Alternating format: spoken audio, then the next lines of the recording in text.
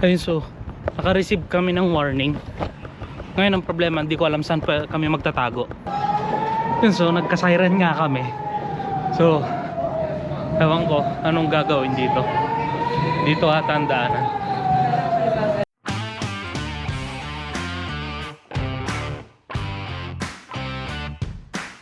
Good morning internet. So ngayong araw na to ay napakaaga. So alas 6 pa lang ng umaga dito sa bansang Israel. Yan. So hindi pa natapos yung kaguluhan dito.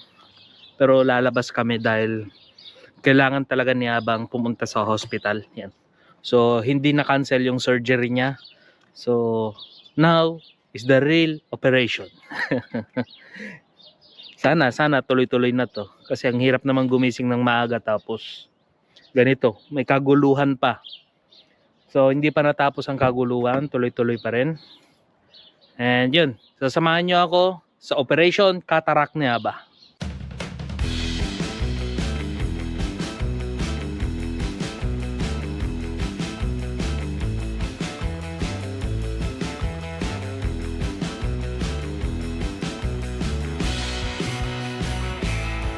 Aba, maybe let's go drink coffee. Ay, the coffee is not good. You're going to have a surgery. So, naalala ko pala, di pala pwede siya uminom ng kape dahil nga magsa-surgery siya sa mata.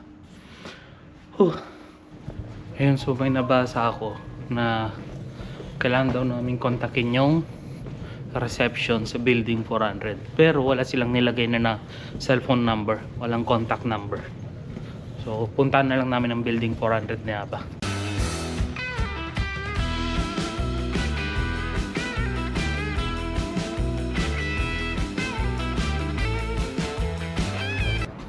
Ayun, so naka-receive kami ng warning. Ngayon ang problema, hindi ko alam saan pa kami magtatago. So dito pa kami sa hospital.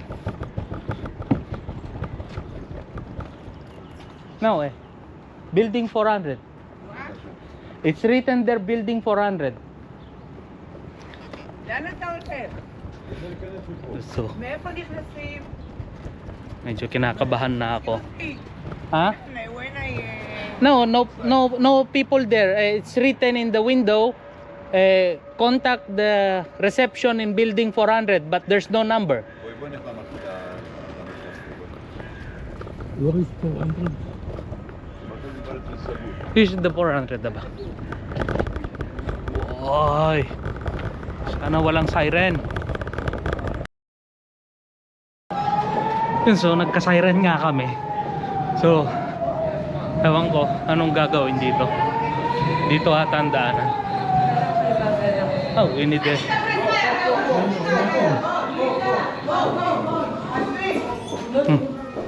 Kakagulo na. So sinabihan kami dito kami.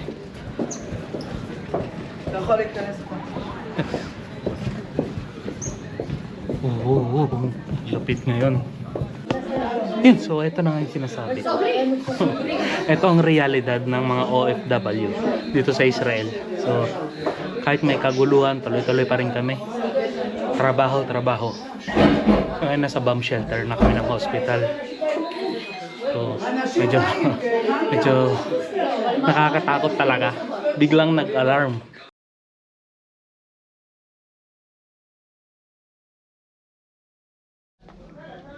So nakalabas na kami ngayon ni Aba sa may bomb shelter. So dito na kami ni Aba. Aba, how are you?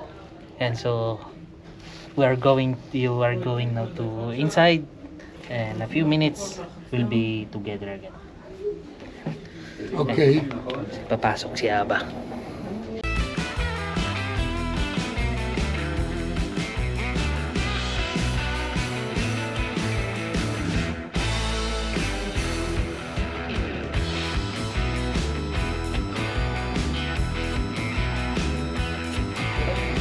So natapos na yung surgery ni Aba sa mata. So ito na siya. So nakita nyo, may cover yung mata niya. So right now, nandito kami ngayon. So bibili kami ng pagkain. So dahil nga hindi kami sigurado kung anong mangyayari sa labas. So dito na kami sa loob ng hospital kakain. So ito na. Buti na lang may isang tindahan na open. Me, I want rice and Ice and fish? yeah. But don't put sauce, only the Okay. don't put sauce because I want the beans to the Okay. sauce. So, fishball yung kinuha ko with mayroon silang beans dito. Kumbaga sa Pilipinas, ito yung bitsuelas. Bitsuelas ang tawag natin sa beans nila. Let's go to it. What can you say? Let's go to What? it. Sure. Yeah.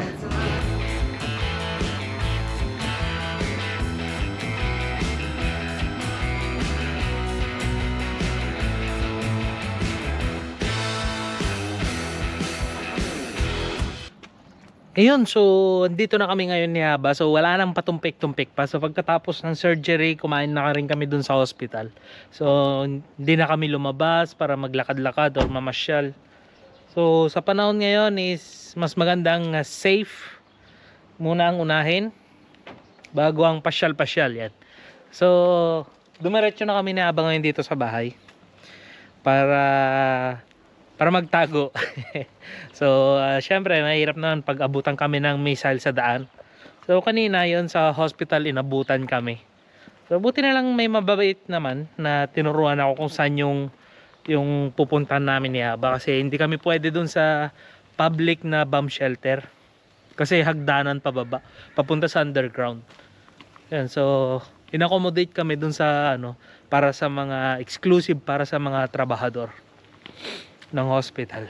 So yan, so dito ko na tinatapos tong video na to. See you again next vlog. Keep safe everyone.